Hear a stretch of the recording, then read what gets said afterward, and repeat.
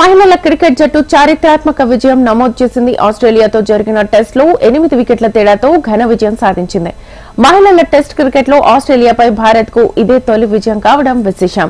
1977 నుంచి భారత్, ఆస్ట్రేలియా మహిళా జట్ల మధ్య 10 టెస్టులు జరగగా అందులో 4 మ్యాచ్ల్లో ఓడిపోయిన భారత్ 6 టెస్టులను డ్రా చేసుకుంది. 11వ మ్యాచ్లో టీమిండియా చిరస్మరణీయ విజయం నమోదు చేసుకుంది.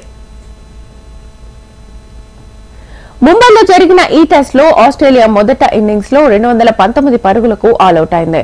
భారత బౌలర్లలో పూజా వస్తాకర్ 4, స్నేహ్ రాణా 3, దీప్తి శర్మ 2 వికెట్లతో సత్తా చాటారు. అనంతరం టీమిండియా మహిళలు తమ తొలి ఇన్నింగ్స్ లో అదరగొట్టారు.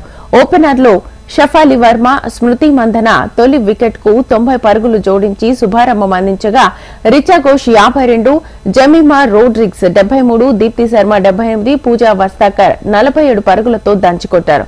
టీమిండియా తొలి ఇన్నింగ్స్ లో 406 పరుగుల భారీ స్కోర్ సాధించింది.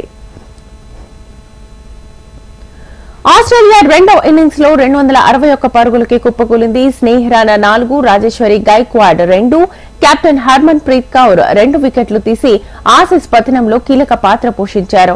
75 పరుగుల స్వల్ప లక్ష్యాన్ని భారత మహిళల జట్టు కేవలం 2 వికెట్లు కోల్పోయి ఛేదించింది. ఇటీవల ఇంగ్లాండ్ తో జరిగిన ఏకైక టెస్ట్ లోనూ భారత మహిళల జట్టు అద్భుత విజయం సాధించడం తెలిసిందే.